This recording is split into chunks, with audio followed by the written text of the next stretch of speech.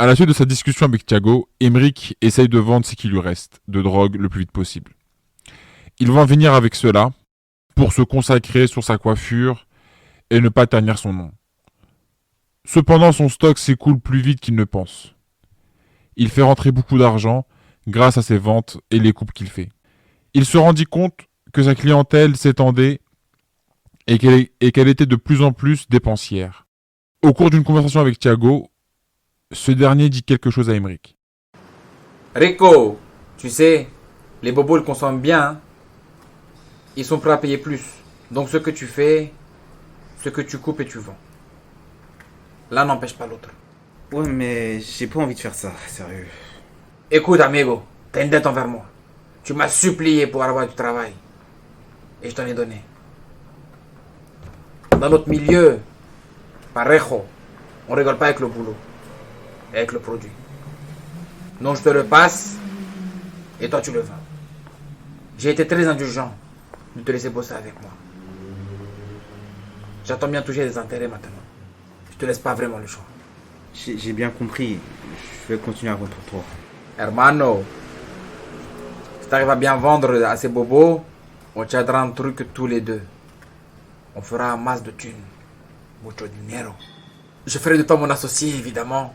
Si tu vends plus, je te paierai plus. Me donner plus tu veux dire beaucoup plus? Si tu t'en sors bien, je pense même que tu pourrais doubler ce que tu gagnes. Doubler?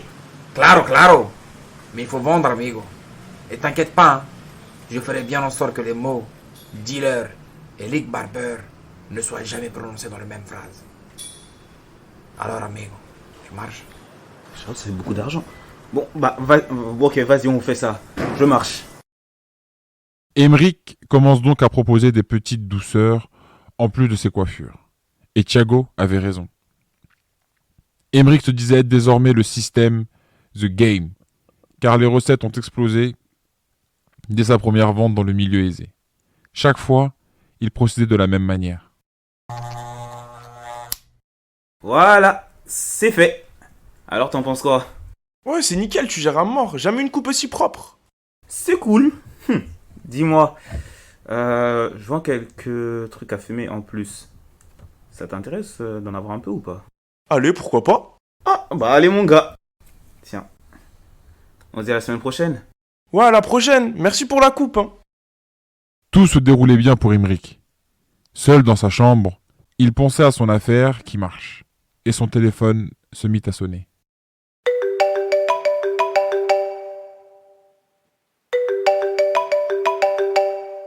Allô? Ça va Sam? Ouais, ça va et toi mon gars? Eh, dis-moi, je voulais savoir si tu peux passer pour me faire une petite coupe. Y a pas de problème, je me prépare et j'arrive. Eh, franchement, tu gères, beau gosse. Emeric arriva alors chez Samy. Ouais, Shrik. Yo Sam, vas-y, c'est parti pour la coupe. Allez.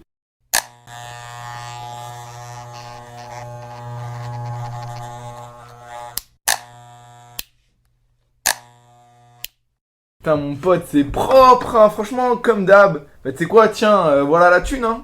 Non, c'est bon frérot, garde tes billets, aujourd'hui, c'est moi qui régale. Ah, putain, franchement, c'est cool, hein. Eh, t'es un bon, hein. Et en supplément, je t'offre même de quoi planer. Ah, merci, mais en vrai, garde ton poche-tard, j'ai arrêté. T'as arrêté? Bah ouais, depuis que Rick Barber est entré dans ma vie, bah j'ai une copine, hein. Arrête! Tu blagues? Oh, wesh, Sam, t'es devenu un homme! Attends, c'est pour ça que t'étais content depuis tout à l'heure. Ouais, on va dire ça, mais en gros, ouais, pour faire bref, j'ai rencontré sur Insta, et justement, bah elle a commenté la photo que j'avais postée, et puis on a commencé à discuter en message privé et tout. Puis on s'est vu 2-3 fois, et bah maintenant on sort ensemble, quoi. Ben ça? Mais attends, elle est fraîche? Bah, bien sûr qu'elle est fraîche, wesh. En plus, on rigole à mort quand on est ensemble, il y a grave un bon feeling.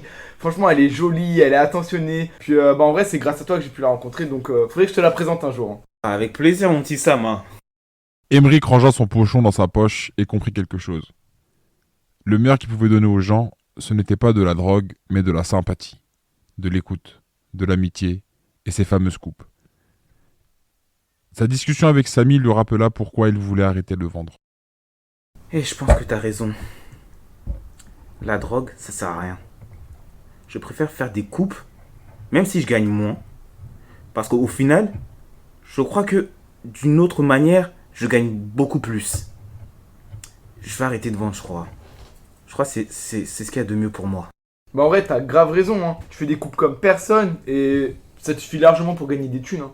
Ouais, et je crois bien que le jeu est fini, hein.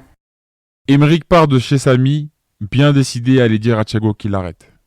Il lui envoie un message pour lui dire de l'attendre. Mais arrivé devant chez lui, Emeric voit une voiture de police devant son bâtiment. Rien d'anormal, ça arrive souvent par ici. Il rentre alors dans son bâtiment et commence à monter les escaliers.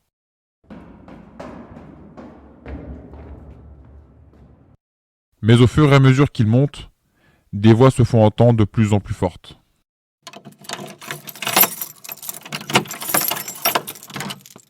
Et là, devant chez lui, un policier et un inspecteur qui discutent avec sa mère.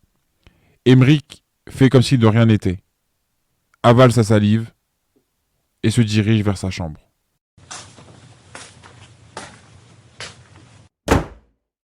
Il s'assoit dans son lit et se dit Le jeu est fini, hein.